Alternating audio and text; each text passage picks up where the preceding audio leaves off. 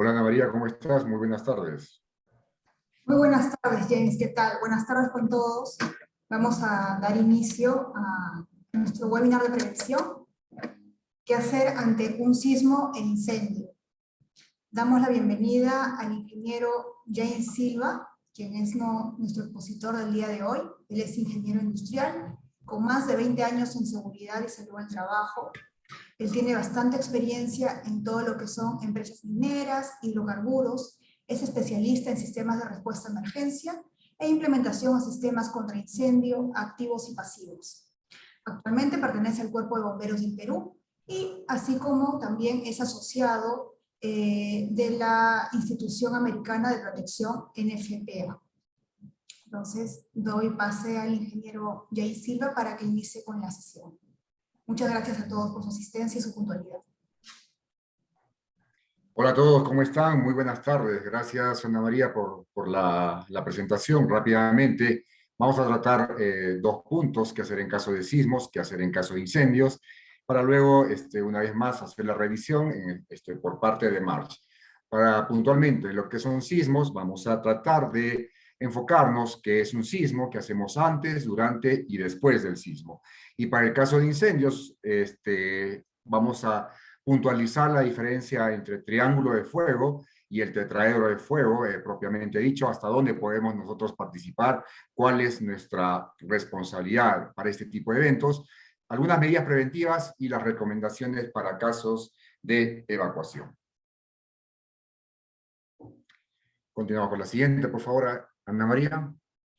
Bien, seguramente muchas veces nos hemos hecho la pregunta si es lo mismo sismo y terremoto. Pues sí, es exactamente lo mismo. Un sismo y un terremoto básicamente son movimientos convulsivos en el interior de nuestra placa terrestre, y estos generan una liberación repentina de energía. Lo que sucede es por costumbre, principalmente en países de Latinoamérica, nombrar o determinar que un sismo no ha causado daño y un terremoto sí lo ha hecho. Bueno, ahora ya lo tenemos claro. Sismo y terremoto, inclusive la palabra seísmo también se utiliza bastante, son lo mismo. La diferencia, por costumbre, sismo no ha causado daño, tanto en personas o la infraestructura propiamente dicha, y el terremoto sí. Pero ahora creo que lo hemos puntualizado bastante bien.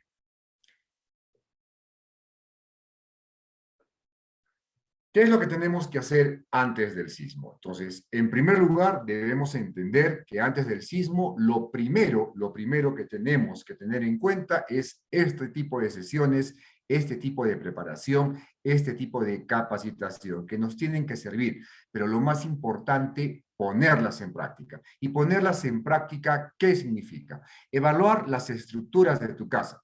Probablemente muchos de nosotros vivimos en departamentos y no conocemos qué tan segura, qué tan fuerte, qué tan sólida es la estructura de la casa. Entonces podríamos acudir a un especialista, a un ingeniero civil de preferencia, y estas personas podrían ayudarnos. Podríamos también recurrir a la empresa constructora de tal forma que nos provea cuáles son estas zonas seguras, y lo vamos a explicar dentro de un momento.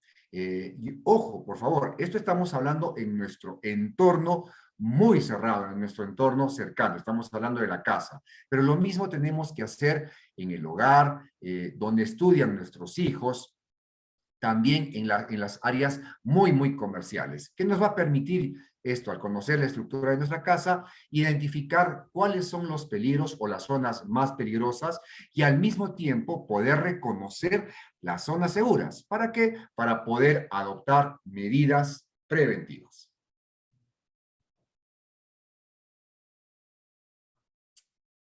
Si podemos hacer esto, si hemos realizado esto, si hemos contado con un especialista, o de repente nosotros ya tenemos esta experiencia, seguramente luego de haber identificado las zonas seguras, lo segundo, perdón, ya estamos en segundo paso que tendríamos que hacer es reconocer las rutas de escape, identificar las rutas de escape y al mismo tiempo las zonas de seguridad.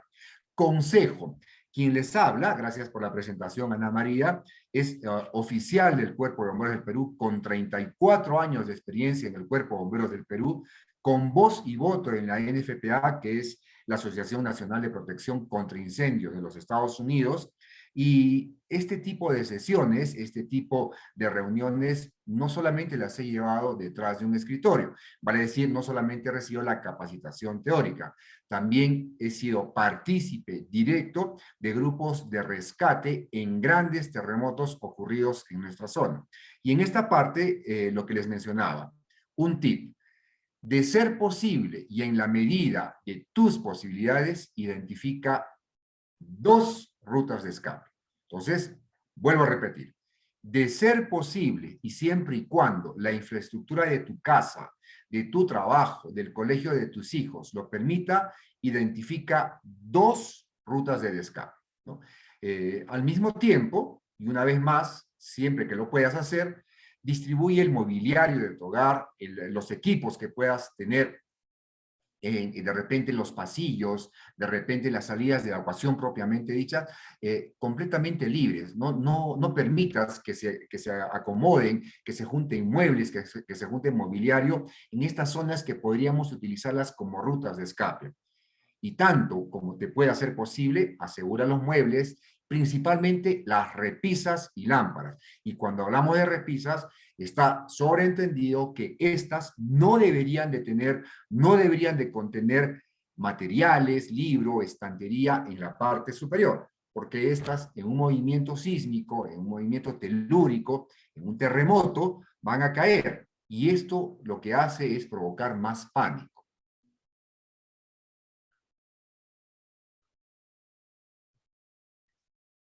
Participa de los simulacros con la familia, y esto es importante. Nosotros tenemos a nivel nacional un sinnúmero de simulacros establecidos por la autoridad, propiamente por INDECI. Estamos observando en estos momentos el cuadro que nos ha compartido INDECI para la realización de simulacros nacionales de sismo, e inclusive observamos el término multipeligro, ¿no? Multipeligro quiere decir que existe la altísima probabilidad que luego de un terremoto se pueda producir un maremoto, ¿no? Entonces, al producirse un maremoto, es la probabilidad de que se produzca un tsunami, obviamente en la zona costera de nuestro país. Entonces estamos considerando 2 eventos completamente adversos y cada uno de ellos con diferentes peligros. Por eso, importante participar con la familia, decirle, darle a cada miembro de la familia cuál es la responsabilidad y cuáles son las obligaciones también de cada uno de nosotros.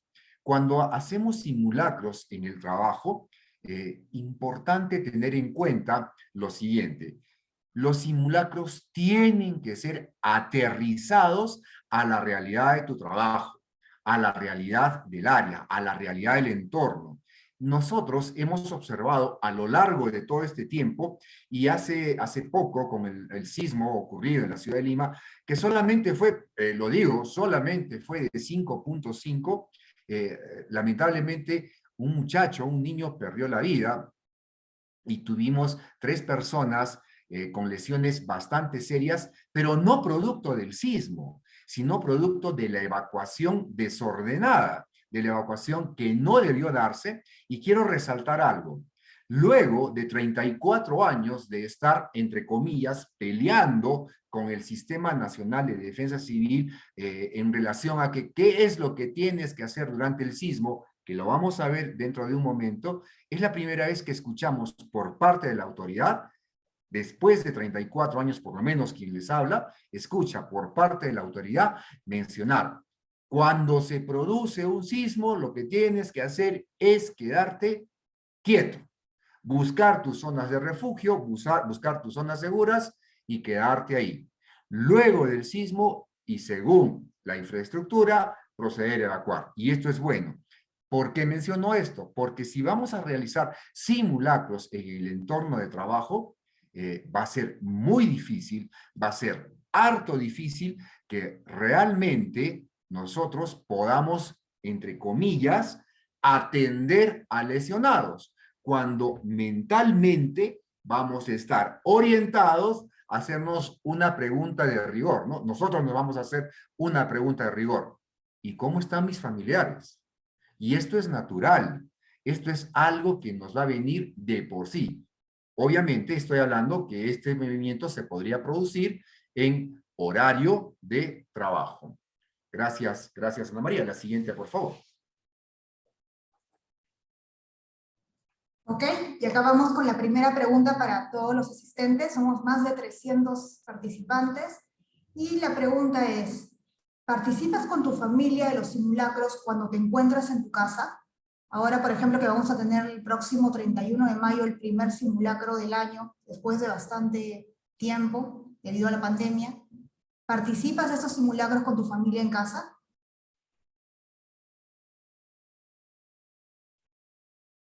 Okay, vamos a dar unos segundos más.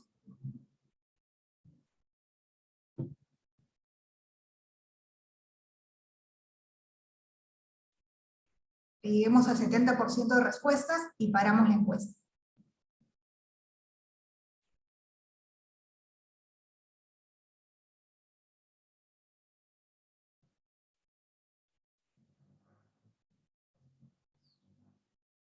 Ok, creo que acá paramos la encuesta. Por favor, los resultados.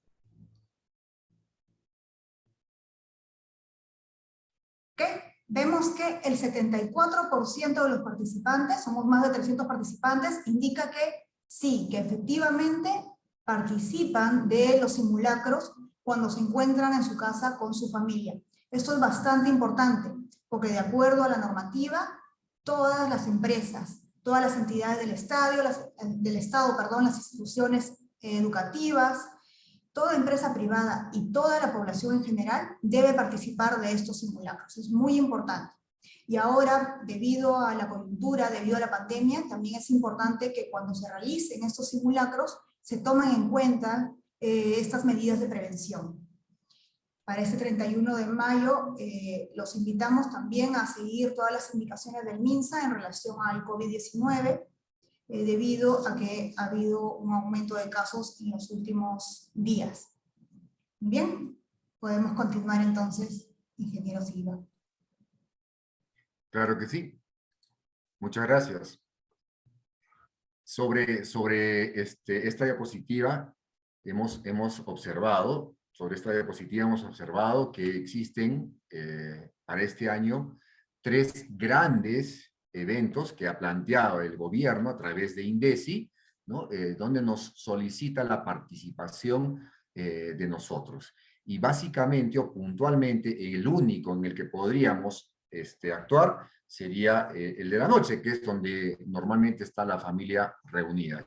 Es importante que un gran porcentaje de la población participe de estos simulacros. Entonces, ¿qué tenemos que considerar antes del sismo? Entonces, primero, acordar un punto de reunión con tu familia. Y la pregunta caería por su propio peso. Si he participado y tengo además un plan de acción, ¿realmente conoce la familia un punto de reunión para los casos cuando usted no esté en casa? ¿Realmente lo conocen? Bien. Por ejemplo, solamente un ejemplo. En el caso mío, yo radico en una de las ciudades que donde normalmente, perdón, hay de 10 a 20 temblores por día. Para nosotros, un movimiento sísmico es relativamente normal, no es que tampoco vivamos confiados, es relativamente normal.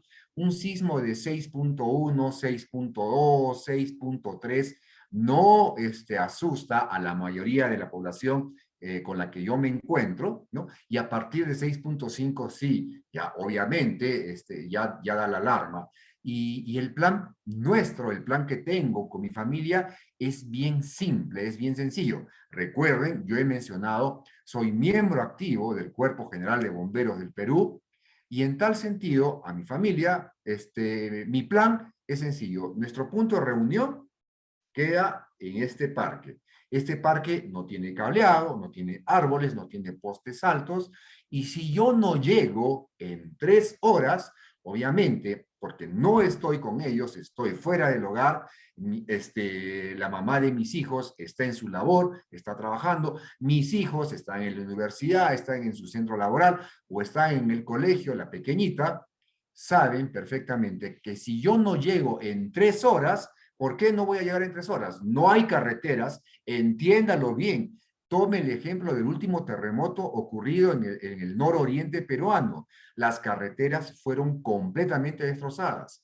Tome en cuenta el ejemplo del 15 de agosto del 2007. Las carreteras fueron completamente destrozadas. No había forma de llegar. No es lo que nos pintan en un simulacro. El escenario real es completamente distinto. Y entonces, si yo no llego en 3 horas, porque voy a ir caminando, esto significa que soy parte del problema y no parte de la solución. Por lo tanto, alguien de mi entorno familiar tiene que tomar las riendas del escenario. Por ello, es importante que ustedes tengan documentos como actas de nacimiento, de repente escrituras o tarjetas médicas que les van a ayudar en caso se tenga heridos o de repente alguna enfermedad que necesite un tratamiento especial. Siguiente, por favor. James, antes de continuar, tenemos una pregunta para que puedas responderla. Jean-Pierre Vázquez nos pregunta, ¿cómo se procede si hay que evacuar desde un piso alto, por ejemplo, un piso 12, y hay personas que no pueden bajar las escaleras por alguna condición física? En este caso, ¿cómo sería la evacuación? Bien, gracias Jean-Pierre, interesante el punto de vista. Yo vivo en un piso 14 y técnicamente las personas que viven inclusive por encima del piso 4 y que tuvieran algún problema, en mi caso personal es así, en el cuarto piso hay una señora que no se puede movilizar por sí misma y vienen personas a ayudarla, estoy hablando de días normales, se complica muchísimo. Entonces, tenemos que tener en cuenta lo siguiente. Hoy en día tenemos la ingeniería suficiente para establecer que estas megaestructuras o estos mega edificios, por lo menos para esta parte del país, ¿no? O para esta parte de Sudamérica, están construidos bajo el criterio del Reglamento Nacional de la Edificación. Y el Reglamento Nacional de la Edificación nos dice puntualmente que toda estructura, absolutamente toda estructura, una casa de un piso o un conjunto habitacional de 15, 20, 25 pisos, tiene que tener una sismoresistencia de 8.8 grados de intensidad escala de Richter, 8.8. Vale decir que técnicamente no deberías entenderse condicional. Y siempre en condicional. No estoy diciendo no debes, ¿no? Debes es obligación. No deberías en condicional porque tu infraestructura, tu edificio, ha sido construido, valga la redundancia, justamente para soportar este tipo de movimientos. ¿Recuerdas que al inicio habíamos mencionado documentos, papeles, cómo está construido, cuáles son mis zonas seguras, cuál es la parte más sólida del edificio? Pues ahí yo me quedo. No me voy a mover. Tengo que identificar que esta columna, esta pared, realmente me sostiene completamente para poder yo quedarme seguro hasta que después de ocurrido el sismo, ¿no? Ok, entonces ahí lo primero, me quedo, no evacúo. ¿Cuál va a ser el inconveniente que seguramente va a estar como parte de una pregunta natural? Ok, pero ahora tengo que evacuar. ¿Qué es lo que voy a hacer? ¿Recuerdas el plan familiar que habíamos conversado hace cuestión de segundos nomás? ¿Cuál es la responsabilidad y cuál es la obligación de los miembros de tu familia? ¿Por qué? Entendiendo que vives o que vivimos en un conjunto habitacional, cada núcleo de familia va a tener y tiene probablemente un plan de acción. Y tú no vas a estar como parte de ese plan de acción. Lamentablemente, y acá tenemos que ser muy honestos y al mismo tiempo muy críticos, lamentablemente cabe la posibilidad muy alta, lo vivimos el 15 de agosto de 2007, que las líneas telefónicas colapsen. Entonces tenemos que estar preparados para no recibir ayuda por lo menos en las siguientes 12 horas.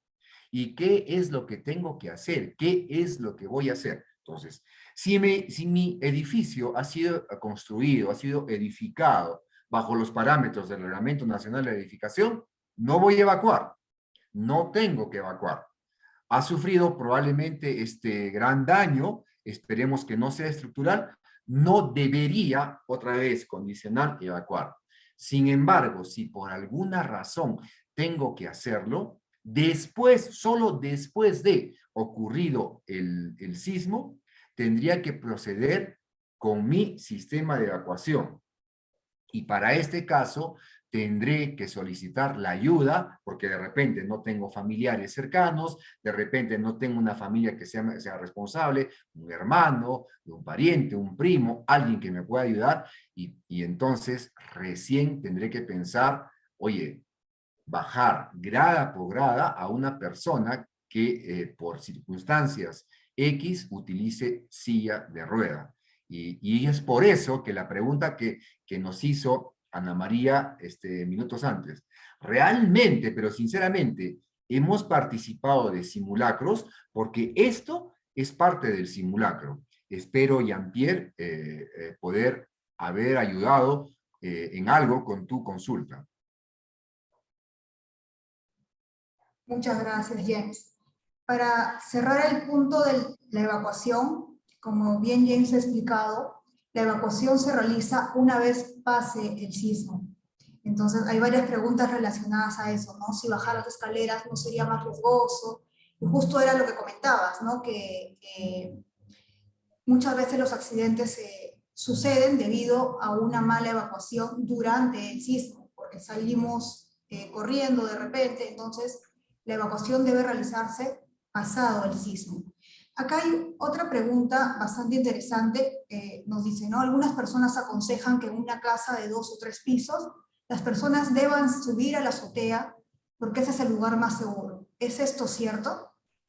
Eh, no podría decir, yo no soy ingeniero civil, pero sí soy especialista en el soporte, en el apoyo y en la búsqueda y rescate de personas atrapadas por colapso de las estructuras. Eh, es una creencia, ¿no? Es algo que, bueno, yo estoy en la parte superior y estoy en la azotea, si todo colapsa, a mí no me va a destrozar nada, o sea, voy a quedar encima de los escombros. Y esto simplemente queda como tal, como un cuento urbano, como una leyenda urbana. Prueba de ello es lo que ocurrió en Nazca, en todo Ica el 15 de agosto del 2007, ¿no? Donde las estructuras colapsaron y la búsqueda y rescate demoraron de 7 a 10 días, búsqueda, rescate y recuperación. Recuerden que rescate, personas vivas, y recuperación, lamentablemente, personas que han perdido la vida. Y lo que mencionaba a momentos antes, la estructura debe de soportar hasta un sismo de 8.8, sismo en la escala de Richter, ojo, en la escala de Richter, intensidad, ¿no? En tal sentido, lo que me va a proveer más bien la seguridad del caso es tener buenas columnas, buenas estructuras, buenas paredes, de tal forma que por más de que existe un movimiento telúrico, estas no caigan. Yo puedo estar encima y van a caer, van a ceder, pero esto no cae en forma plana, por eso les comento, cuento urbano, no cae en forma plana. Cuando cae se destroza por completo y quedan fierros en parante, quedan piedras, quedan los cimientos en punta, y es ahí donde tú vas a quedar atrapado. Sería bonito que caiga como hoja de papel, ¿no? Y tú estés ahí arriba y caigas y no pase absolutamente nada. No, existe la posibilidad también de que quedes sepultado, pero además de que quedes atrapado en los fierros, o sea, que lamentablemente voy a usar una palabra muy grave, muy fea, no, o sea, te claves en los fierros. Entonces, leyenda urbana.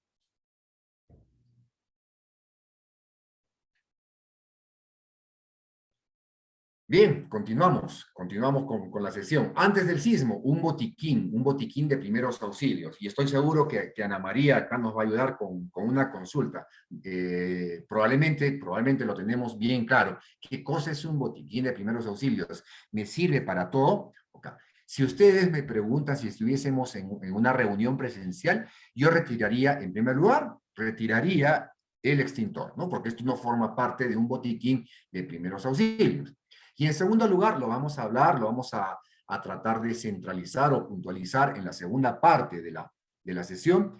¿Para qué me sirve un extintor y hasta dónde yo puedo utilizar?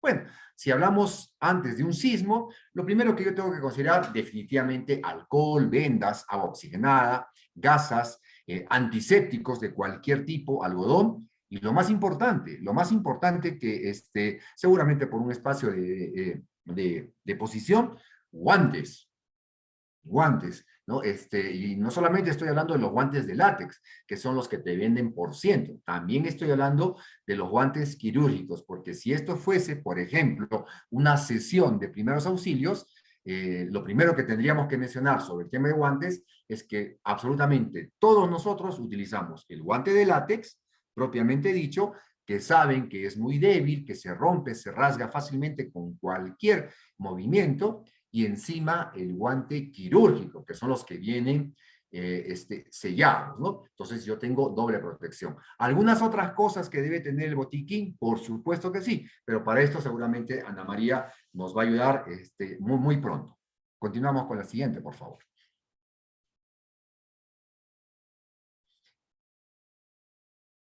Y el combo de supervivencia que va de la mano, del botiquín de primeros auxilios, básicamente consiste en dos elementos, ¿no? La mochila, propiamente dicha, y la caja que me va a servir como caja de almacenamiento, ¿no? Y estos elementos, ambos, tienen que estar en un lugar de fácil acceso.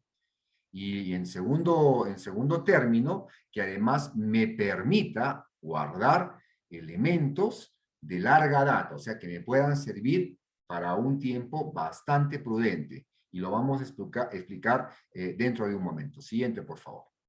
Entonces, cuando hablamos de la mochila, entre otras cosas, podríamos mencionar papel higiénico, podríamos mencionar cintas adhesivas. Si yo tengo bebés, infantes, neonatos en el hogar, de repente pañales. Si yo tengo, por ejemplo, personas muy mayores, demasiado mayores, pañales geriátricos y entre otras cosas, diversos elementos, ¿no?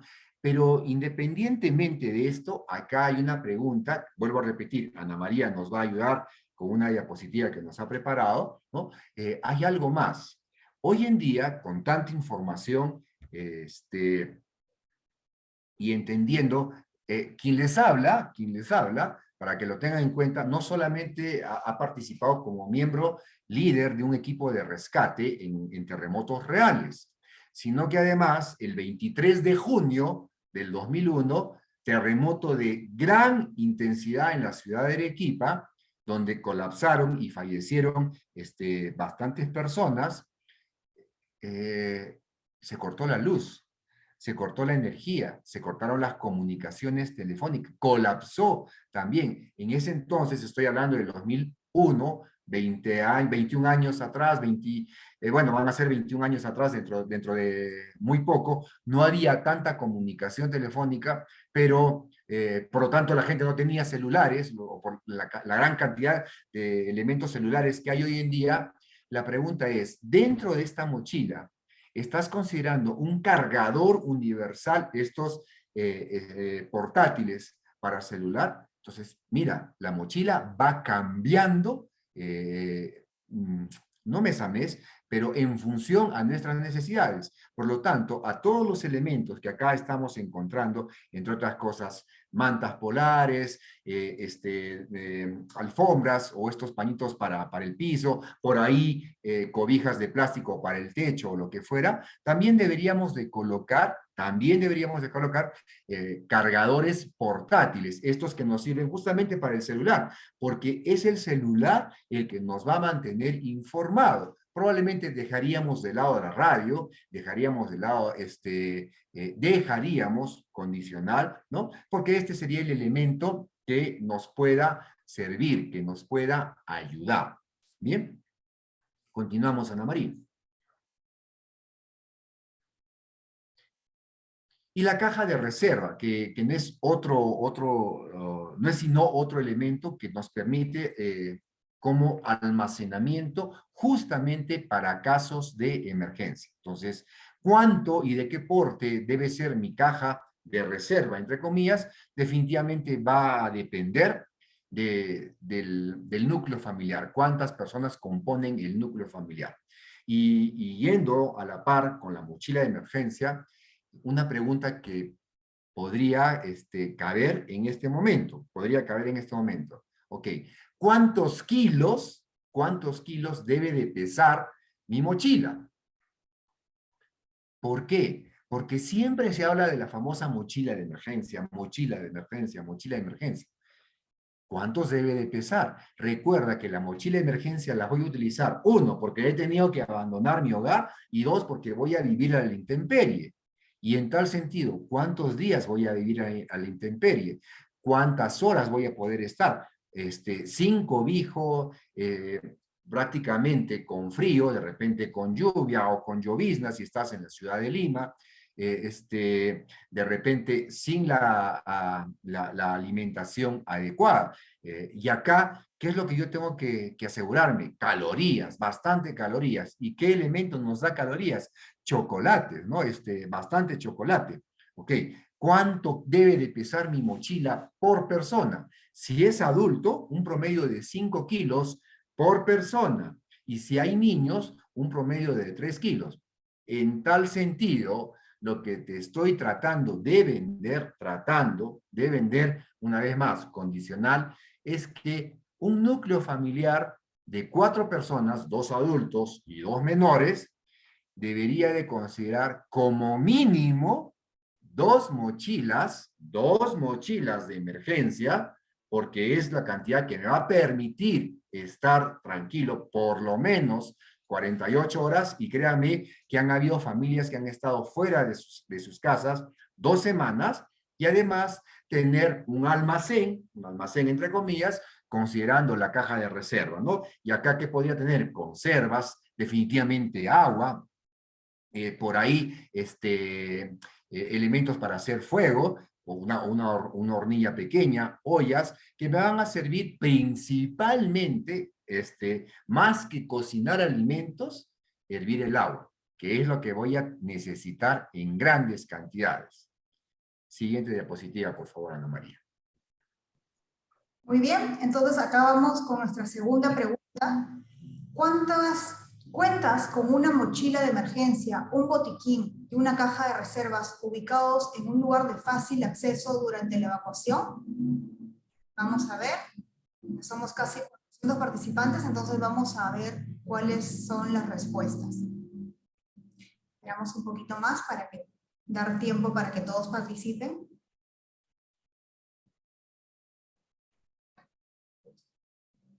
Acá es muy importante mencionar que, como bien nos indicó James, la mochila de emergencias te va a servir para las primeras 24 o 48 horas. A partir de ahí, esta caja de reservas que nos ha explicado James muy bien, nos va a servir para el segundo al cuarto día.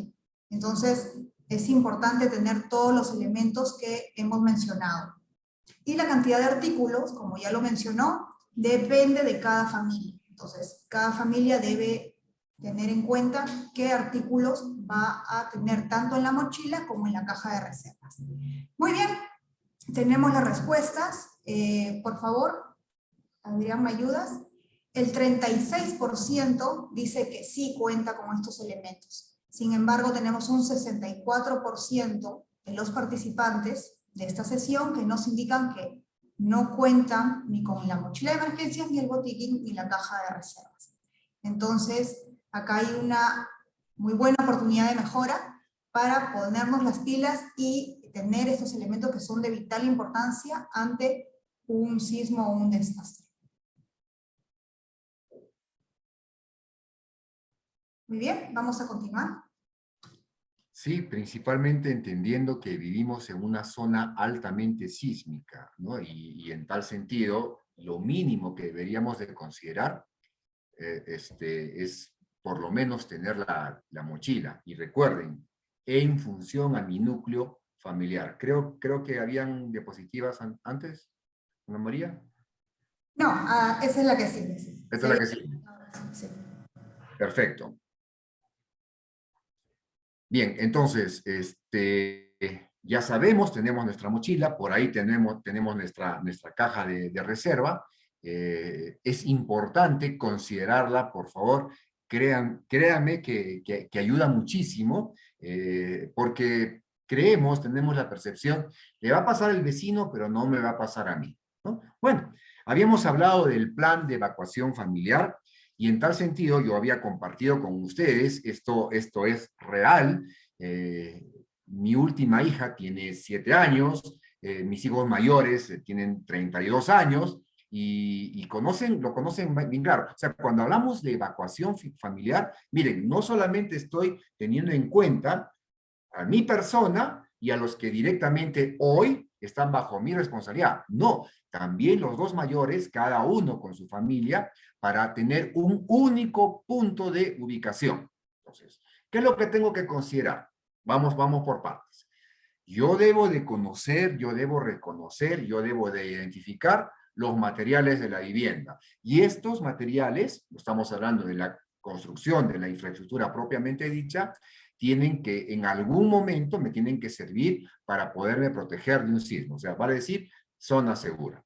¿Cuáles podrían ser los riesgos de ubicación de esta vivienda? ¿Qué pasa si esta es una vivienda bastante bien construida y justamente al lado, sin ninguna consideración, edificaron un edificio, de repente un mall o lo que fuera, yo estoy hablando hipotéticamente, que no cumple la normativa que he mencionado, el Reglamento Nacional de la Edificación, y bajo un sismo relativamente fuerte, un terremoto relativamente fuerte, colapsa. Entonces, a diferencia de los colapsos, a diferencia de lo que observamos nosotros en películas donde los edificios caen verticalmente, estos, por justamente la falla en sus sistemas de sostenimiento, en primer lugar, por el peso, sí, van a caer verticalmente, pero también van a poder, por eso hay que conocer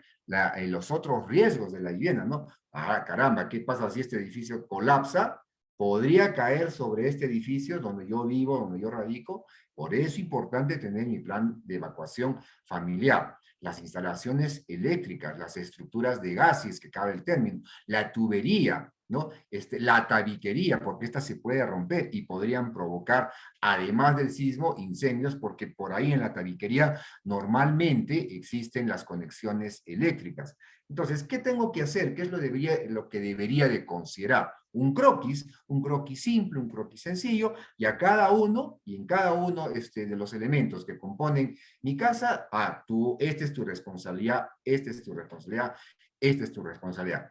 Yo diría alegremente, y esto lo digo así, lo diría alegremente, despreocúpese de la energía eléctrica. ¿Sabe por qué? Porque acá la posibilidad es muy alta, y en los terremotos en los que yo he estado, no hubo energía eléctrica, se cortó por completo, porque colapsan también, ¿no? O sea, colapsa el sistema. Entonces, ¿qué tengo que tener? Saber qué es lo que tengo que hacer, a dónde me tengo que dirigir y cuál es mi responsabilidad dentro de mi núcleo, ¿no? En este croquis podría marcar, por ejemplo, cuáles son los lugares donde no tengo que estar, ¿no? Y cuáles son los donde sí debo de estar. Y ahí, con este croquis, practique. No necesita un simulacro real establecido por el Estado para hacer las cosas bien. Nosotros agarramos, hoy día nos juntamos y, oye, ¿sabes qué? Vamos a hacer un simulacro para que todas las personas lo tengan bastante claro qué tengo que hacer y qué no tengo que hacer.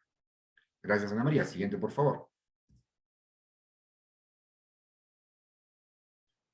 Recuerde, el plan familiar de emergencias tiene que ser conocido por todos. De nada me sirve que yo lo haga, yo lo implemente, yo lo dibuje, yo lo establezca, si no es compartido, conocido por todos nosotros. Ya hemos hablado del croquis, entonces la siguiente diapositiva, ¿no? Por favor. Y ahora bien, durante el sismo, hay algo que normalmente no nos explica. Bueno, ya van dos cosas que no nos explican. En la mayoría de sismos, en nuestro país, en la mayoría de sismos, hay dos grandes movimientos. Una de las razones por las cuales Ana María había ratificado el tema de no evacuar durante el terremoto, no evacuar durante el sismo, ¿no? Entonces, estos movimientos son trepidatorios, entonces van en forma de onda, ¿sí? Vale decir de arriba hacia abajo, ¿ok? Trepidatorios. Y al mismo tiempo, ojo, estoy mencionando la mayoría, no estoy diciendo que todos, ¿ok? Y al mismo tiempo ocurren movimientos oscilatorios, que son los movimientos horizontales, razón por la que si yo voy a bajar gradas o voy a subir gradas, la percepción, mi percepción, y este ejercicio hágalo con los ojos cerrados. Si usted tiene la costumbre de subir y bajar gradas, si lo hace con los ojos cerrados en estos momentos, se va a dar cuenta que su cerebro le ha dicho a la parte motora, psicomotora de su organismo, a qué altura están las gradas y lo va a hacer sin ningún problema. Pero en un sismo no. Las gradas se van a mover hacia arriba, hacia abajo y se van a desplazar hacia el frente y hacia atrás. Y cuando yo dé el paso, bajando, subiendo, probablemente no va a estar y voy a caer. Esa es la razón por la cual no tengo que salir corriendo. Entonces, ¿qué tengo que hacer? Conservar la calma. Si yo conservo la calma, voy a infundir serenidad. Y si puedo infundir serenidad, tranquilidad, tengo la probabilidad de ayudar a los demás. Recuerde, la evacuación solamente después del sismo. Entonces, ubíquese en las zonas seguras. Siguiente, por favor. Alejémonos de las ventanas, alejémonos de las repisas, de cualquier utensilio o artefacto que lamentablemente no podamos sujetarlos a las paredes, ¿no? Entonces, si voy a estar en este momento, nadie sabe en qué momento va a ocurrir un sismo, nadie tiene todavía esa bolita mágica para decir, oye, ¿sabes qué? No hagas esta actividad. Y por alguna razón estoy preparando en la cocina algo y tiene agua caliente, aceite hirviendo, hay que alejarse inmediatamente, ¿no? Estos objetos pueden rodar, pueden caer, y si caen, nos van a lastimar, nos van a lesionar bastante. No utilicemos los ascensores, ¿no? Bueno, ya quede establecido, por favor, que durante un sismo usted no debe de evacuar. Entonces, en tal sentido, no deberíamos de utilizar. Pero, ¿qué pasa si estoy en el ascensor y quedo atrapado? Tranquilo, tranquilo. Técnicamente, la caja del ascensor es la más segura de todo el edificio, ¿no? Y esto no lo digo yo, esto está por norma de edificación, ¿correcto? Entonces, si es posible, trata de salir y dirígete a las zonas seguras. No estoy diciendo evacuar, zona segura. En caso de sismo, me quedo ahí, ¿no? Y obviamente, trata de impedir que otras personas ingresen. Es muy difícil cuando estamos en pánico, pero si lo puedes hacer, tratemos de ayudar a los demás.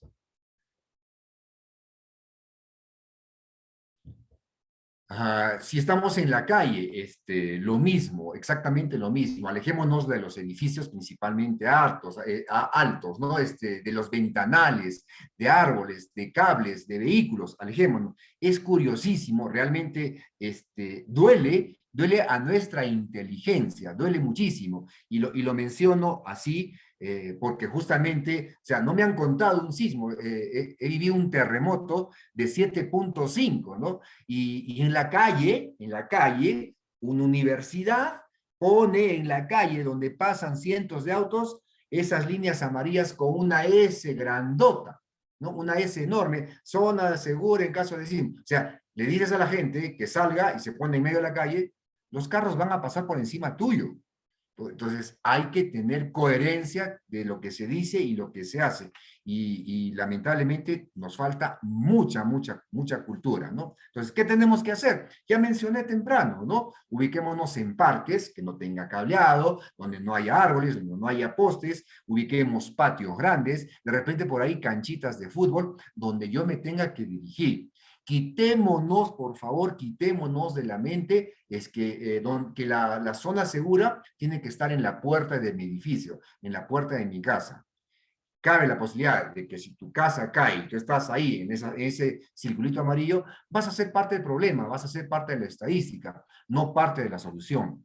Estos webinars justamente son para eso, para tratar de ayudarnos a pensar más de lo que realmente puede ocurrir en un evento de estos. Si estás en tu vehículo, trata de estacionarlo en una zona alejada, ¿no? Lejos de edificios, en puentes, ni qué decir. Ya hemos visto las aberturas en la Panamericana Sur, ya hemos visto las aberturas en la carretera nororiental, y esto no es cosa de juego, se tragan los autos literalmente, las autopistas se los tragan. Entonces, tratemos de alejarnos de de estas vías cuando ocurre un sismo de gran intensidad. Siguiente, por favor. Después, solo después y mucho después, ya terminó el sismo, voy a evacuar con mi familia, voy a tratar de comunicarme. Comunicarme no es llamar por teléfono, no es utilizando el teléfono, y ahí rápidamente determinar si están todos, si están completos, una revisión, de ser posible, a ver cómo está la infraestructura, hay rajaduras, hay grandes rajaduras. Entonces, oye, ¿regreso o no regreso? Por eso, siempre en la cabeza, ¿no? Si puedes prestar ayuda a los demás, habíamos hablado, habíamos comentado en la consulta de Jean-Pierre, si no me equivoco, oye, yo tengo que bajar una persona del piso 12, esta persona está en silla de ruedas, entonces ahí ya sabes que ya pasó el sismo, vengan, ayúdenme porque probablemente está en crisis, y es natural que esté en crisis. Recién ahí, bien preparado, con los nervios bien templados, entonces proceder a ayudar a los demás, ¿no? Bien, siguiente, por favor, Ana María. Los heridos, salvo que sea estrictamente necesario, estoy hablando de los heridos graves, por favor, no moverlos. El 85% de las lesiones, incluyendo atropellos, no ha sido producto del accidente propiamente dicho, ha sido producto del mal manejo del lesionado, ¿no? Entonces, en tal sentido, si yo no tengo preparación, si yo no tengo capacitación, preferible no moverlo. Ahora, si la persona está comprometida porque se le puede caer todo el edificio, bueno, una fractura la va a poder soportar, pero si queda atrapado y encima sepultado, no, bueno, quizás ahí retirar, solamente quizás. El tema da para mucho, es muy amplio. Entonces, estoy tratando de acortar los tiempos de tal forma que nos puedan permitir ayudar estos tips. Sigan las recomendaciones no solamente de las autoridades, sino también del comité del área del sector de defensa civil. Ya habíamos mencionado el tema de reunirse, ya saben cuál es mi plan familiar para que lo tengan en cuenta, entendiendo que las vías se van a colapsar, las comunicaciones se van a colapsar, un lugar común para la familia, ya no solamente es el núcleo familiar, ¿no? Mis dos hijos mayores, yo ya tengo un nieto, están casados, los hijos menores viven con su mamá, independientemente de ellos, saben dónde se tienen que dirigir. Entonces, si yo no llego después de 3 horas, quiere decir que soy parte del problema. Y ahí mi hijo mayor toma la batuta, está establecido. Y esto viene después en cascada. Entonces, reúnase en un lugar común para evaluar qué cosas van a hacer y cómo van a afrontar el sismo en grupo, ¿no? En grupo siempre nos ayuda muchísimo más. Siguiente, por favor, Ana María. Muy bien, acá tenemos la tercera pregunta para que todos participen. ¿Tienen definido un punto de encuentro con su familia luego del terremoto o sismo? ¿Qué? Esperamos sus respuestas, por favor.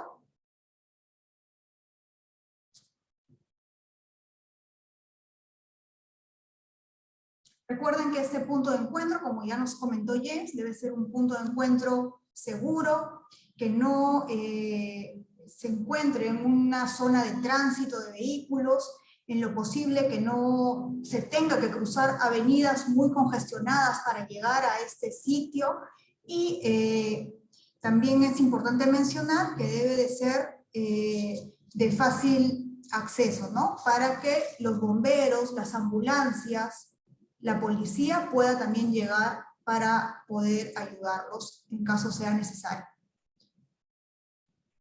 Muy bien, acá paramos la encuesta, por favor, y vamos a ver los resultados. Nos indica que sí, efectivamente, tienen un punto definido de encuentro con su familia, el 57% de los participantes, y un 43% nos indica que no, que todavía no ha establecido este punto de encuentro. Entonces, acá estamos casi al 50%, también va a ser muy importante este webinar para que tomen en cuenta este punto en sus casas. Vamos a continuar.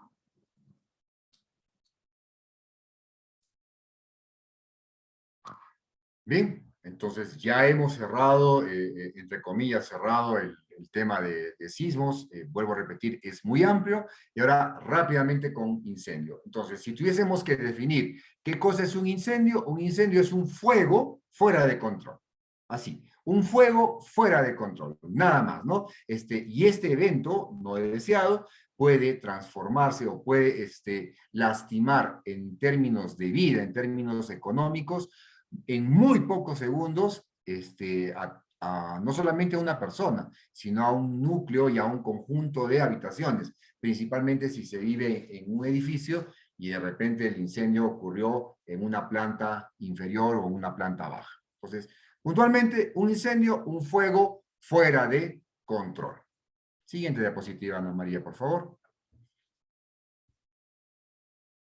Y acá habíamos mencionado la diferencia entre fuego e incendio. Entonces, yo para hacer un fuego, necesito 3 elementos: combustible, oxígeno y calor. Y esto lo tenemos en casa, cuando vamos a cocinar, cuando queremos de repente encender un cerillo o un fósforo, cuando hacemos una fogata, necesitamos estos 3 elementos: combustible, oxígeno y calor. ¿Dónde es que usted puede actuar, puede trabajar? Justamente en el triángulo del fuego, ¿no? Eliminando uno de estos elementos: combustible, oxígeno y calor.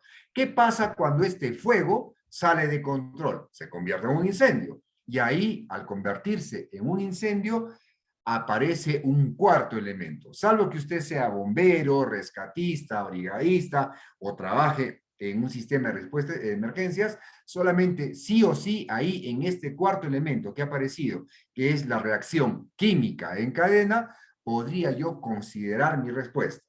Caso contrario, tomemos en cuenta las siguientes consideraciones que vamos a revisar en pocos minutos. Siguiente diapositiva, por favor, Ana María. En muy pocos segundos les voy a dar el tiempo, exactamente, en 2 minutos. En 2 minutos, así de simple, una casa se va a llenar de humo. Este humo es, independientemente del color, normalmente es negro, si es que hay combustión incompleta, ¿no? Va a alcanzar grados de temperatura superiores a los 800 grados centígrados. Entonces, usted tiene 2 minutos exactos para actuar rápida y eficientemente, de tal forma que pueda salvarse usted y también salve a sus compañeros o a sus familiares. Recuerde, en primer lugar, el humo negro que estamos leyendo acá, en primer lugar, tiene gases altamente tóxicos, que no me van a permitir respirar con naturalidad, y lo más importante, gases altamente inflamables. En todo incendio se producen eventos físico-químicos, y estos eventos físico-químicos resultan en explosiones propias de los propios gases, valga la redundancia, ¿no? De los propios gases. No es que yo estoy metiendo bombas, que estoy alimentando con otro tipo de hidrocarburos probablemente. Bien, continuamos, por favor. Recordemos, 2 minutos para actuar. 2 minutos para actuar eficientemente. Entonces, dependiendo de la localidad donde yo me encuentre, seguramente voy a poder utilizar un teléfono de emergencia harto conocido, ¿no? El de los bomberos, que es el 116. Un niño o una niña de 5 años tranquilamente puede marcar el 116, le enseñamos adecuadamente la forma de comunicarse, y ellos van a poder seguramente pedir el soporte, pedir la ayuda adecuada al sistema de protección contra incendios. Estamos hablando de los bomberos, ¿no? ¿Qué otro teléfono deberíamos de conocer de la localidad?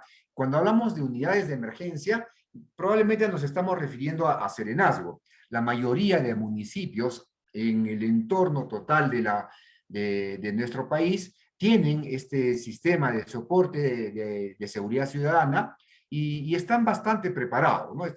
Están bastante preparados y al estar bastante preparados, seguramente van a poder ayudarnos. Entonces, tener el número de los serenos del municipio a la mano. Una central telefónica, por ejemplo, de una clínica, de un hospital, porque podríamos tener quemaduras, podríamos tener personas con quemaduras o con heridas bastante importantes, y yo puedo comunicarme y decirle, oye, ¿sabes qué? Está yendo mi hermano, está yendo mi hijo, está yendo mi mamá, y presenta quemaduras de primero, segundo, tercero o cuarto grado, no lo sé, en esta parte del cuerpo. ¿Qué va a hacer esto? Que en las postas, en las clínicas, en los hospitales, ya tengan el personal preparado para esta atención. La comisaría también nos ayudan, es personal preparado, y si tenemos ambulancias, normalmente los bomberos cuentan con este sistema, pero no están, o sea, no es que tú llamas al bombero, los bomberos son voluntarios, nosotros somos voluntarios en nuestro país. En estos momentos, ahorita, un incendio se está produciendo en alguna parte, y yo estoy trabajando, ¿no? Y mis compañeros están trabajando, y siempre escuchamos, los bomberos llegan tarde. Claro, los bomberos llegan tarde porque trabajamos, ¿no? Y encima las comunicaciones demoran demasiado. ¿Qué es lo que tenemos que hacer? De repente, no es obligatorio, por ahí conocer un número de una empresa que brinde servicios de ambulancia. Siguiente diapositiva, María, por favor.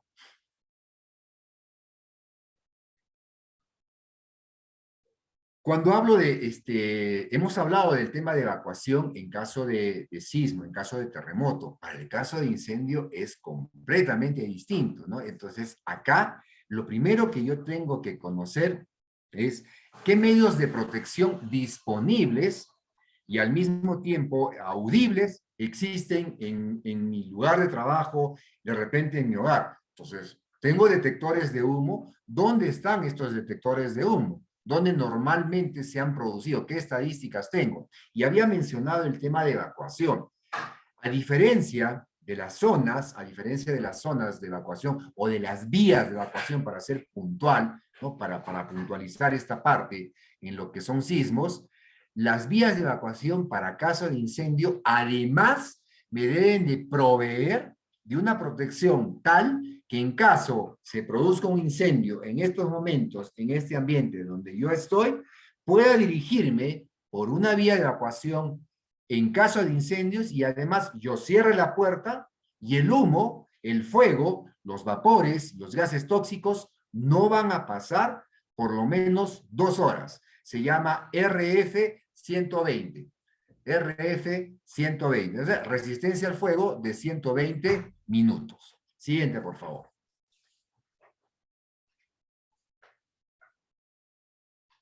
Bajo ninguna circunstancia coloque candados o cierre las puertas de evacuación.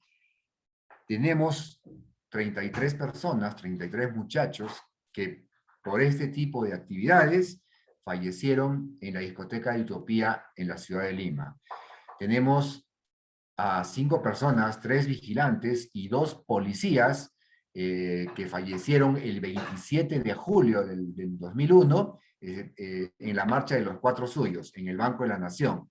cuando esta área empieza a incendiarse, ellos quisieron salir, se dirigieron a la vía de evacuación y encontraron que esta estaba tapiada. Entonces, por favor, las vías de evacuación para cualquier elemento, estoy hablando sismo, incendio, tienen que estar completamente disponibles.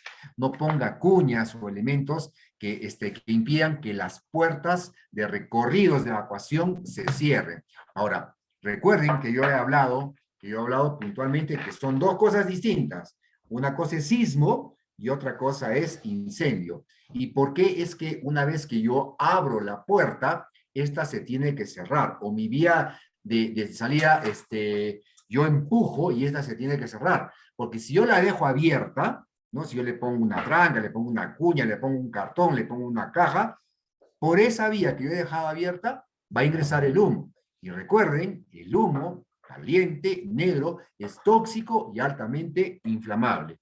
Siguiente diapositiva, por favor. Mantenga en todo momento las puertas, las ventanas libres de muebles, ¿no? O cualquier objeto que puedan bloquear la salida. Entonces, puede que yo la salida le haya colocado salida de emergencia, salida de evacuación, no solamente basta con los letreros. O sea, tenemos que obrar en acción y en palabra, ¿no? Y ambos. Y para esto me va a servir muchísimo los simulacros.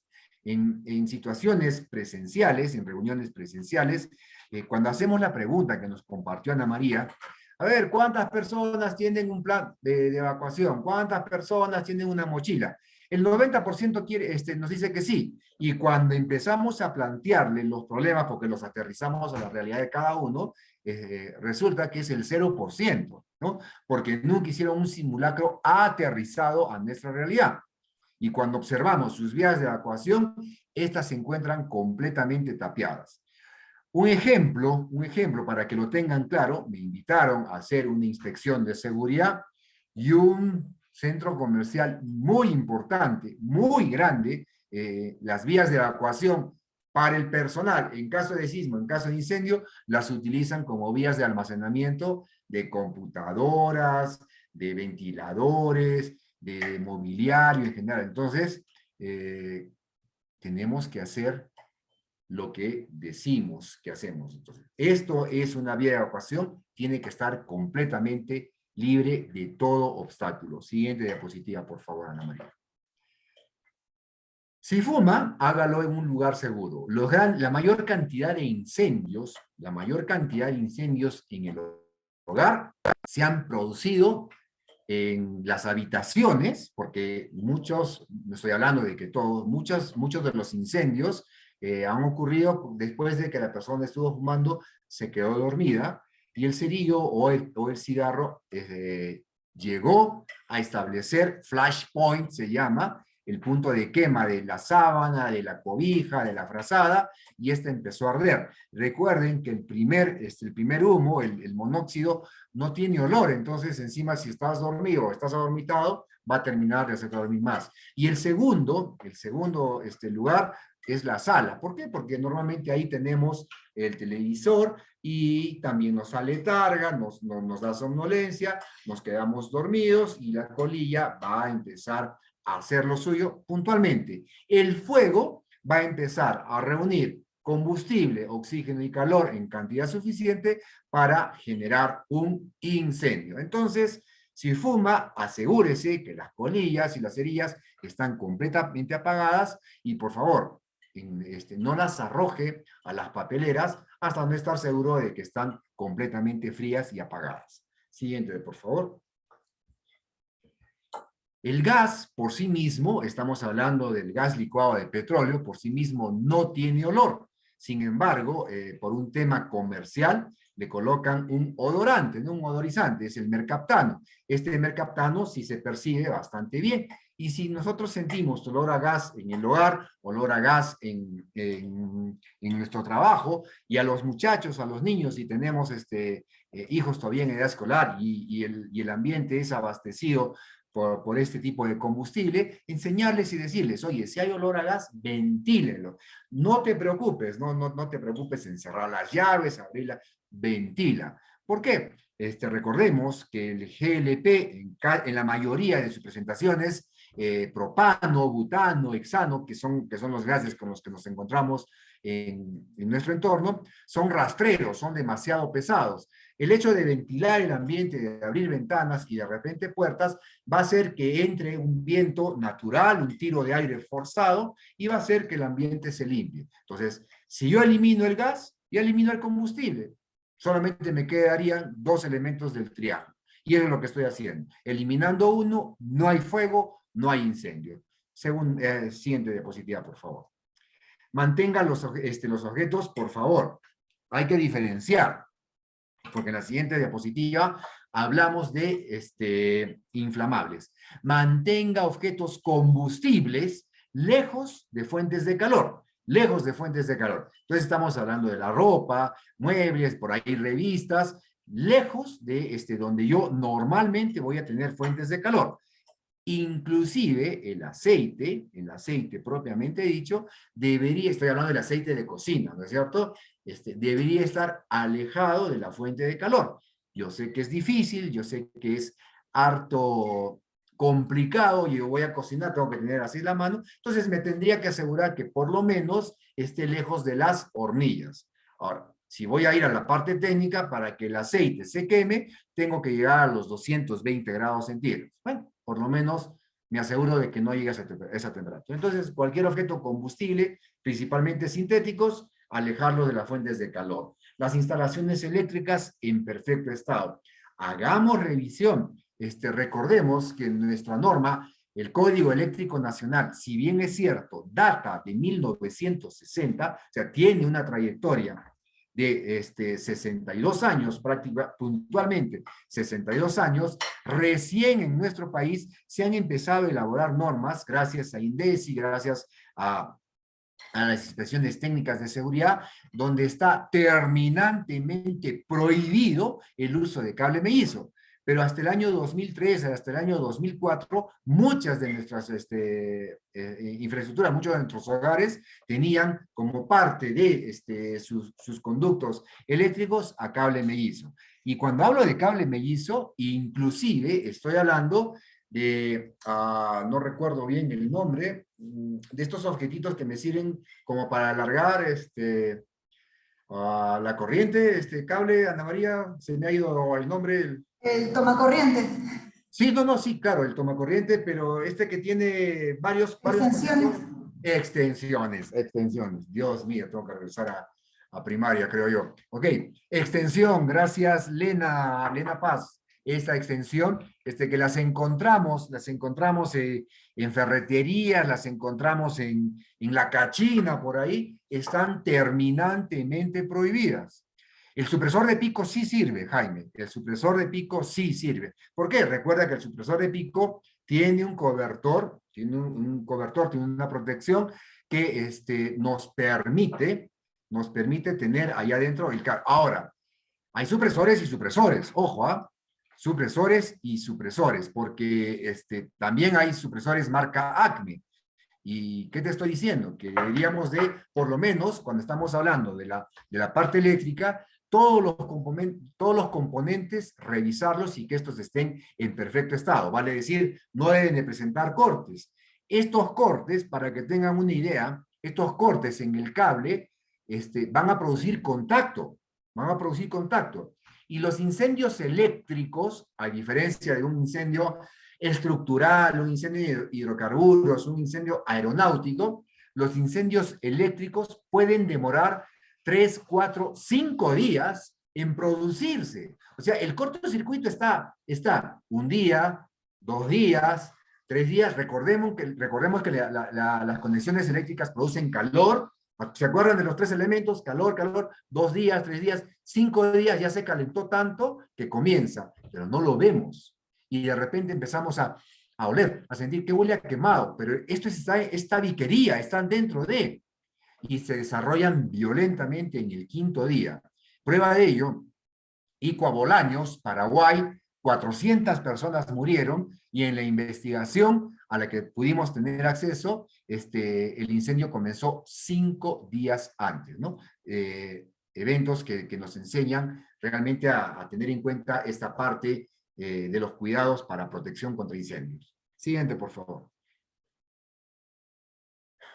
Ah, bueno, definitivamente, evite enchufar varios aparatos en la misma toma, principalmente en Navidad. A nivel mundial, estadísticamente hablando, los grandes incendios en hogares y en centros comerciales se han producido en el mes de diciembre. La respuesta es más que obvia. Por más de que usted tenga conector de conector, por favor evítelo. Muy bien, vamos con nuestra cuarta pregunta. ¿Ha revisado que las instalaciones eléctricas de su vivienda se encuentran en buen estado? Acá es revisar los enchufes, tomacorrientes, los interruptores, que los cables no se encuentren pelados, ¿no? Obviamente. Revisar si los focos oscilan, esto debe deberse a que hay algún problema en la instalación también, es importante tener en cuenta esto. Y se recomienda, esto es recomendable si ustedes tienen la posibilidad, de que un técnico especialista pueda revisar esas instalaciones cada 10 años mínimamente. Muy bien. Cerramos la pregunta. Tenemos que un 83%, muy bien, sí realiza, ha revisado que sus instalaciones eléctricas se encuentran en buen estado, y tenemos un 17% que no. Entonces vemos que la mayoría sí tiene en cuenta estos puntos que es de vital importancia. Qué bueno, ¿no? Qué importante. Más del 80% de las personas sí tienen bastante claro el tema de las instalaciones eléctricas. Y para ir de la mano con el tema de sismos, para ir de la mano con el tema de terremotos, el orden y limpieza, no solamente del aula, sino del hogar. Habíamos hablado de la ubicación de los combustibles. Recuerden, combustibles, todo aquello que se pueda quemar, ¿no? Entonces, el orden y limpieza, importante.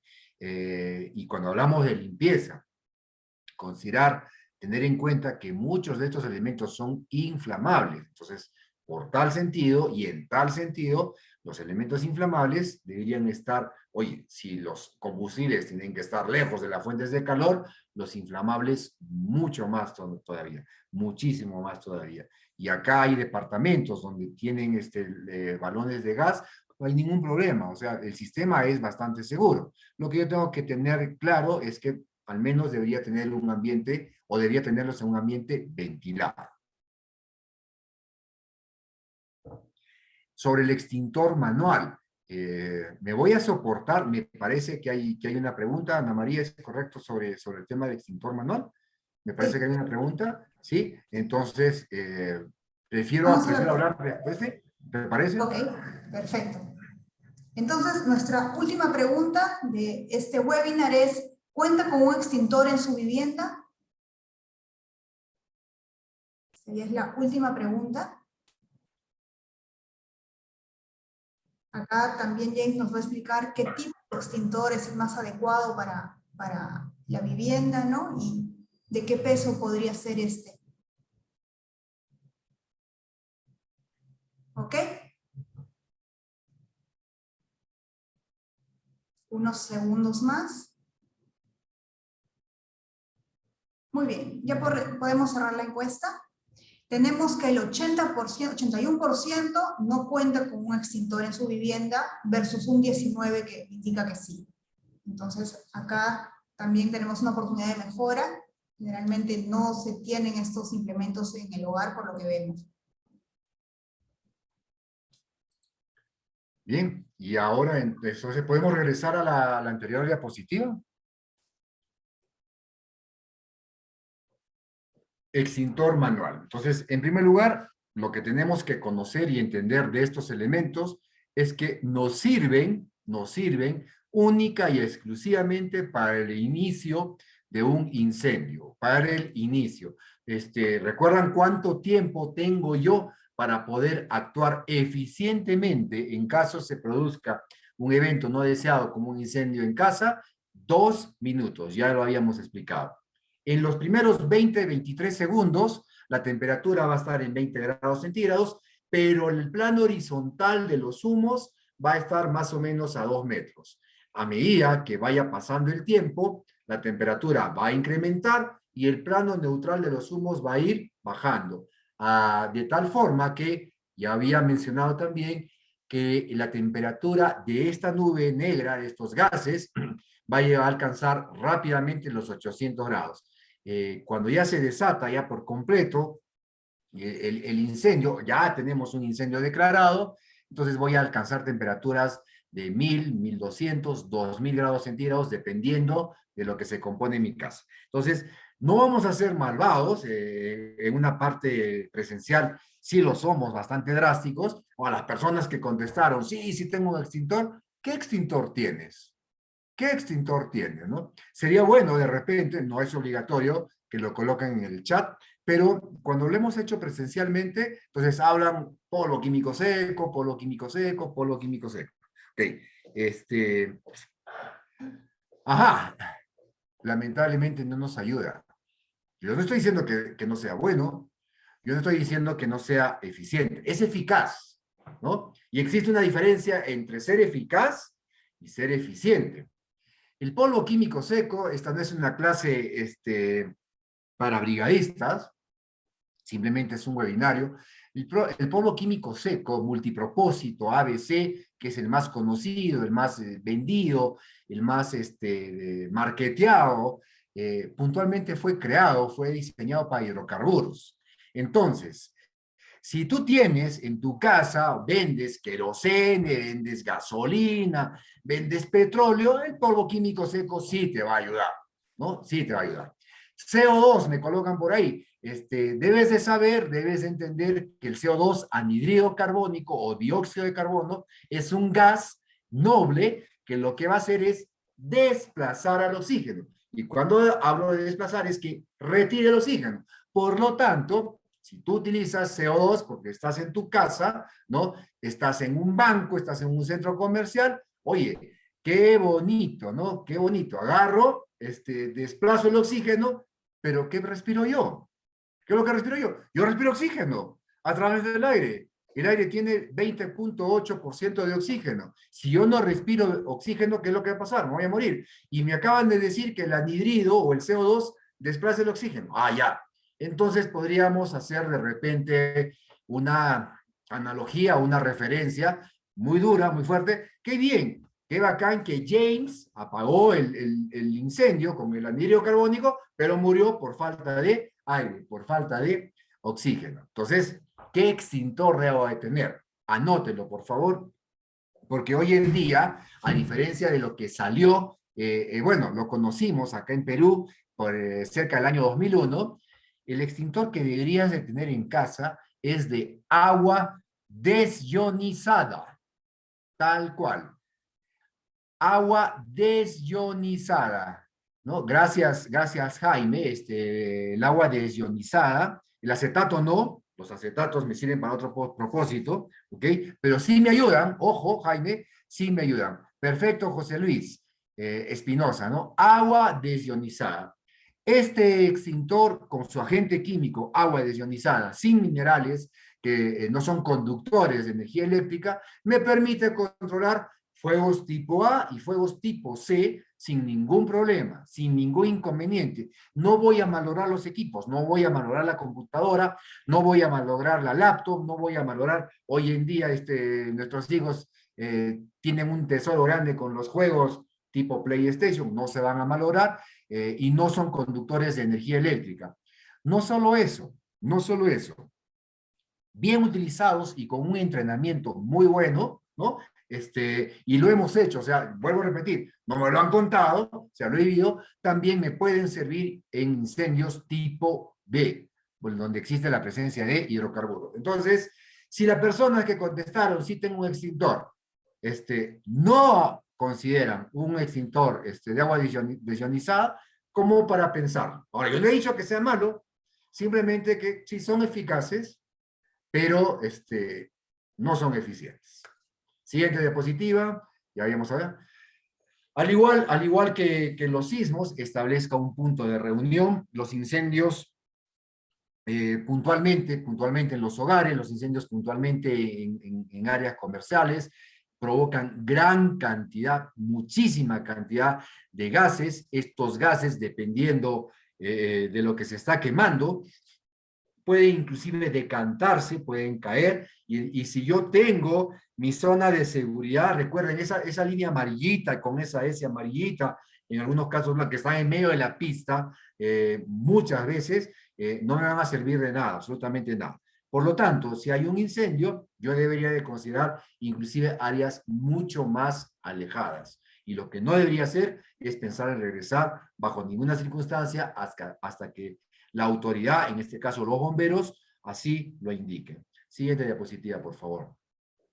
Llamemos a los bomberos, importante, ¿dónde estoy? Porque no todas las ciudades, absolutamente no todas las ciudades del país tienen el número mnemónico de memoria, el 116, ¿no?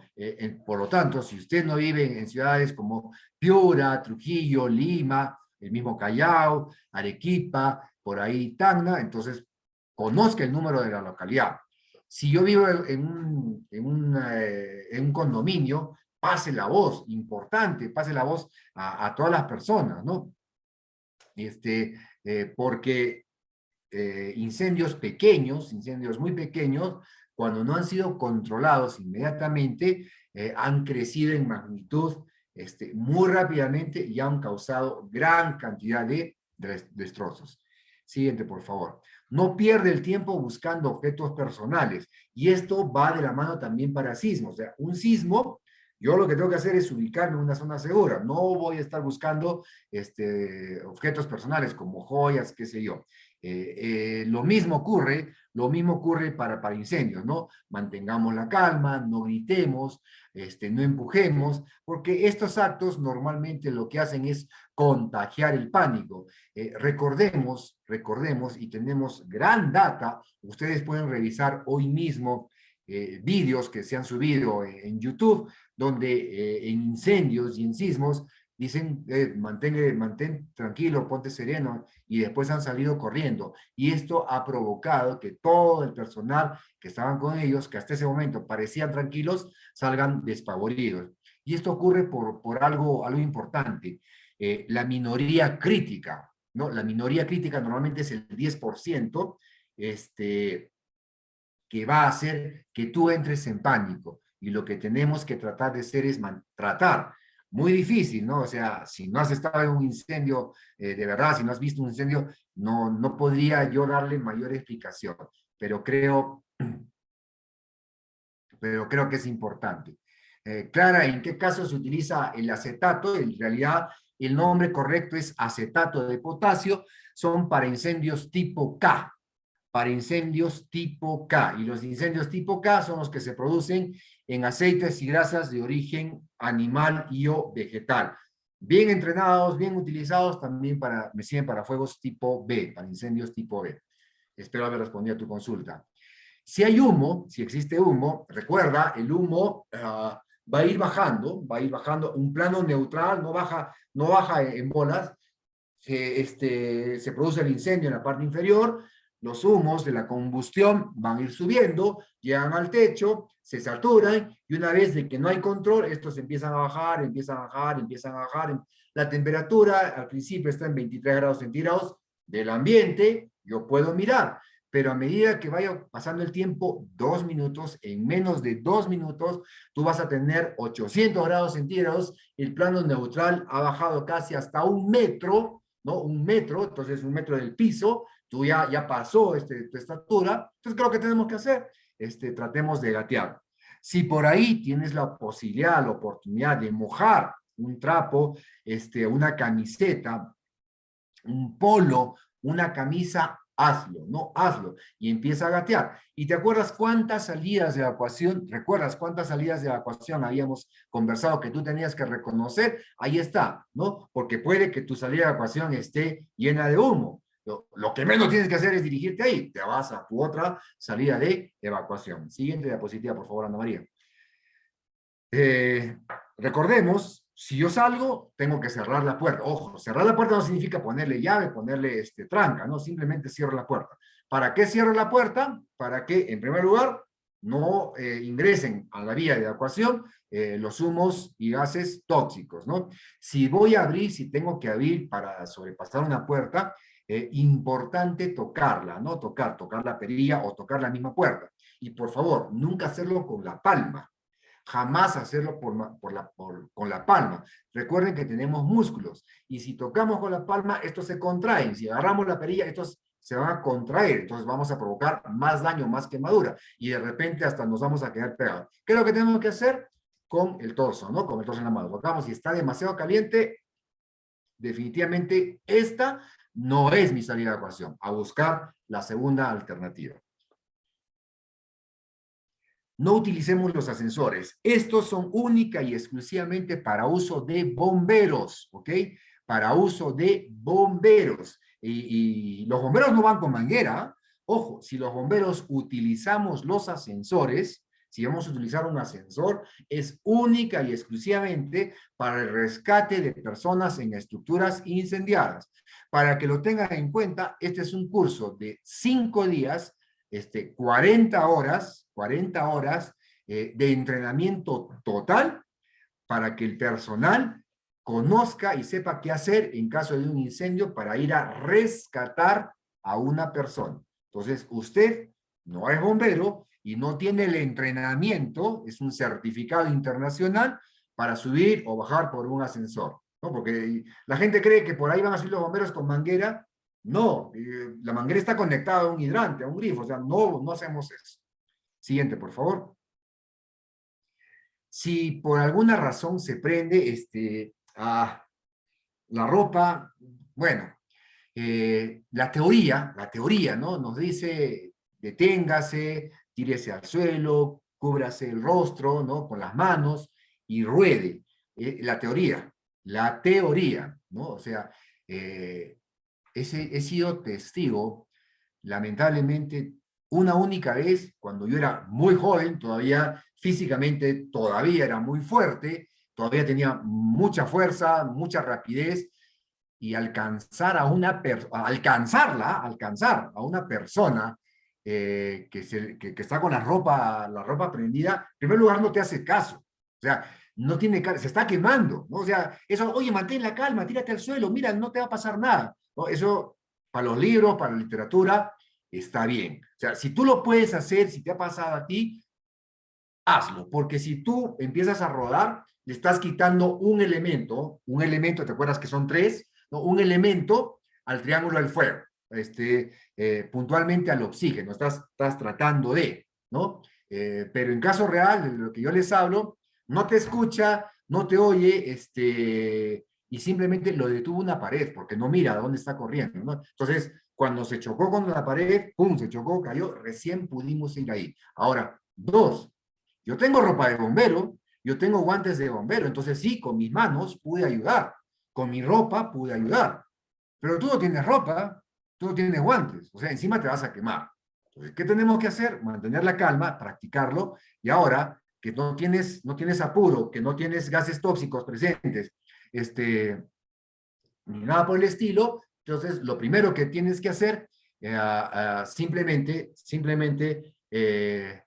hacer el ejercicio en forma real. Ay, Ana María, me he extendido demasiado el tiempo.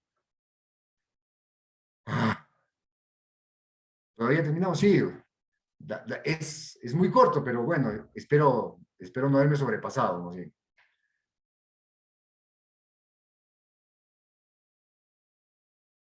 Hablamos sobre esto rápidamente. Los extintores tienen que estar a buen recaudo. Obviamente, todos los sistemas contra incendio tienen que estar a la vista, tienen que estar a la mano. Las salidas tienen que ser para tal, no tienen que estar obstruidas. Tengamos en cuenta que si yo observo un letrero verde, como el que estamos observando acá, es salida de emergencia en caso de sismo, en caso de incendio. Pero si este letrero es de color rojo, que en nuestro país no existe, solamente lo he visto en dos centros comerciales y en la ciudad de Lima, es porque además me va a llevar a una zona de protección contra incendios. ¿Ok? Bien, no sé si hay alguna otra diapositiva más para compartir. Nada, está lo tuyo. Muy bien, vamos a responder unas preguntas para ya cerrar la sesión.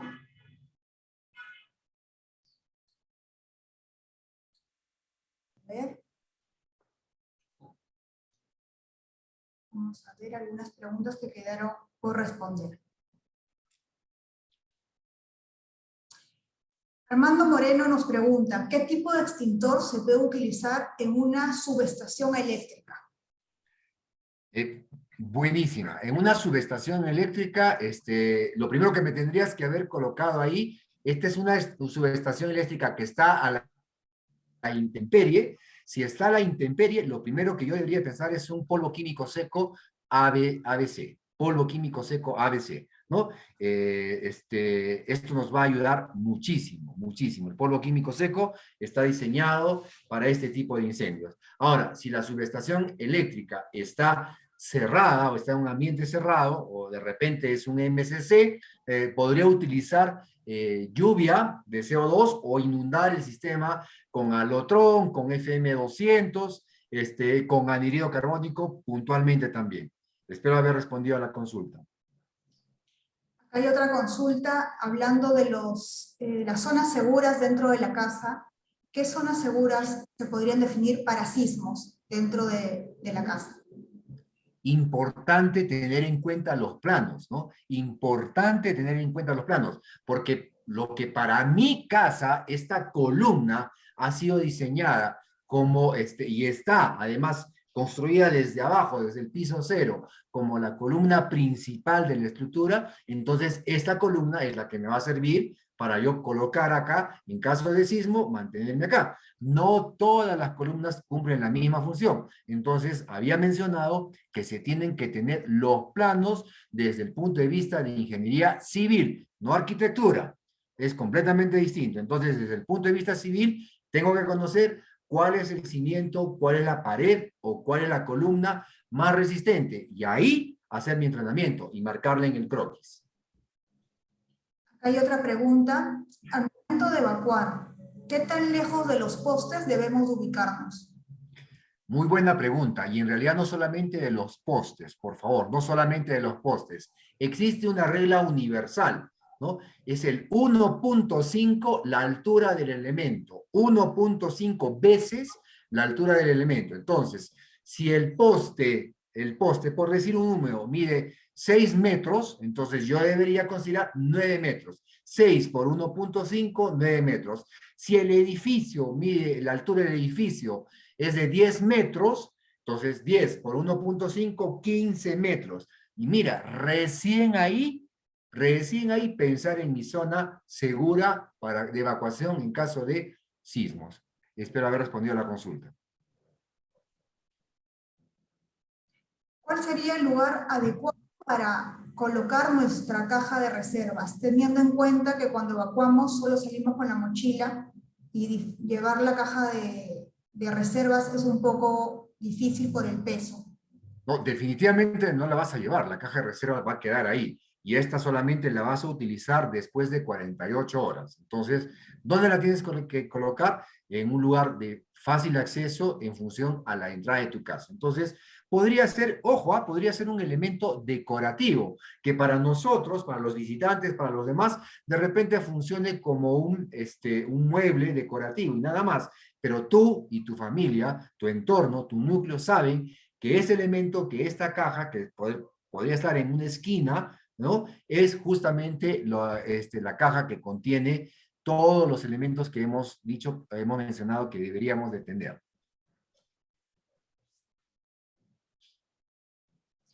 Acá hay una pregunta bastante interesante. Mencionaron que en la caja de reservas debemos tener chocolates. Mi pregunta es, ¿con qué se podría reemplazar si es que en la familia hay personas que tienen diabetes? Uy, caramba, qué buena. Y lamentablemente creo que yo no podría ayudarte mucho a esto.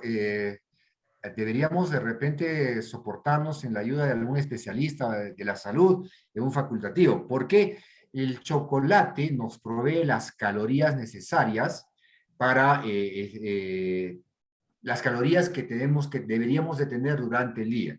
Entonces, una persona adulta en promedio necesita 3.000 calorías por día. Un niño necesita entre 1.500 y 1.800 calorías. Por eso, los chocolates, recuerda, o sea, cuando ustedes me hablan, yo tengo mochila, a ver cuántos chocolates tienen, no, entonces no tienes mochila, ¿no? Ojo, por si acaso. Entonces, tengo que hacer esa evaluación. ¿Qué otro elemento? No sé, no, de verdad que no se me ocurre, y lo bonito de estar acá es que siempre se aprende. Entonces, lo que voy a hacer ahora es buscar información. Oye, en vez de chocolate, para personas que definitivamente es contraproducente para su salud, ¿qué podría ser? Me parece que hay barras energéticas a base, me parece que hay barras energéticas que no tienen azúcares, ¿no? Porque asumo que el tema del chocolate va por ahí. Entonces, que podrían ser de repente con stevia o con alguno de estos elementos que no tienen estas azúcares que podrían hacer más daño que bien a las personas, ¿no? Sí, acá nos están poniendo bastantes ideas. Hay chocolates exclusivos para diabéticos, Ajá, claro que sí. calóricas, chocolates con el 70% de cacao, dice que no hace daño al diabético. Acá hay una pregunta. Entonces, nosotros en la ciudad de Arequipa tenemos a la Ibérica. Voy a promocionar como buen arequipeño a mi tierra, ¿no? Creo que ah, bueno, ese sí tiene el 70%. No me acuerdo el nombre, algo de FON. Las mujeres creo que conocen. Ajá, Fondi. El Fondi. Gracias Miguel, muy amable. Dice, Además que tiene cacao, ¿no? Y está por encima del 70%. Qué bueno es esto, ¿no? Porque no solamente compartimos, sino también aprendemos, ¿no? así es, James. Acá hay una pregunta. De acuerdo al Reglamento Nacional de Edificaciones, ¿quién audita a las construcciones de edificios? ¿Quién es el ente fiscalizador en este caso? La municipalidad, en primero, la municipalidad. Y luego, ya acaba lo contradictorio, ¿no? Te lo digo porque he participado. En la municipalidad hay personal técnico, hay personal, cuando hablo de técnico estoy hablando de ingenieros, ojo, hay personal bastante preparado, pero para el caso puntual de seguridad, son personas que han recibido, no estoy hablando de todos, ojo, por favor, que han recibido cursos de 2 horas o de 4 horas, cuando, por ejemplo, solamente para el tema de seguridad en edificaciones, nosotros hemos recibido cursos de 40 horas, ¿no? Entonces, imagínate 40 horas contra 2, 4, 5 horas, hay muchísima diferencia. Entonces, primero la municipalidad y después existen las inspecciones técnicas, que son multidisciplinarias, y estas las establece INDECI conjuntamente con la municipalidad del sector. Acá tenemos una última pregunta. Si en pleno sismo la cocina se mueve o se rueda y se desconecta la cañería del gas, ya que la mayoría tiene conexión a gas, y esto pasa en pleno sismo, ¿cómo debemos actuar? Bien, si las conexiones, asumo que es de la ciudad de Lima, ¿no? Tienen hoy en día válvulas check que automáticamente donde determinan o detectan que hay una liberación de gas, automáticamente la válvula se cierra, ¿ok? Esto es del sistema, pero ahora yo tengo pues, se rompió la tubería en mi casa, ¿no? En mi casa. Entonces, recuerda que el gas solamente va a arder. El gas es el combustible, solamente va a arder en presencia de mi tercer elemento. ¿Y cuál es esto? Calor. Por lo tanto, ¿qué tengo que hacer? Abrir las ventanas y permitir en lo posible, abrir las ventanas, abrir las puertas, en lo posible que el gas se libere, que el ambiente se pueda limpiar, ingrese aire libre. El gas es rastrero, va a estar en el piso, entonces ayudemos abriendo las ventanas. Muy bien, creo que con esto hemos terminado para no extender tampoco tanto la exposición. Muchas gracias, James. Ha sido bastante buena la exposición realmente. Gracias a todos por haber participado y los esperamos en nuestra siguiente webinar de prevención. Gracias. A ustedes, muy amables. Muchísimas gracias.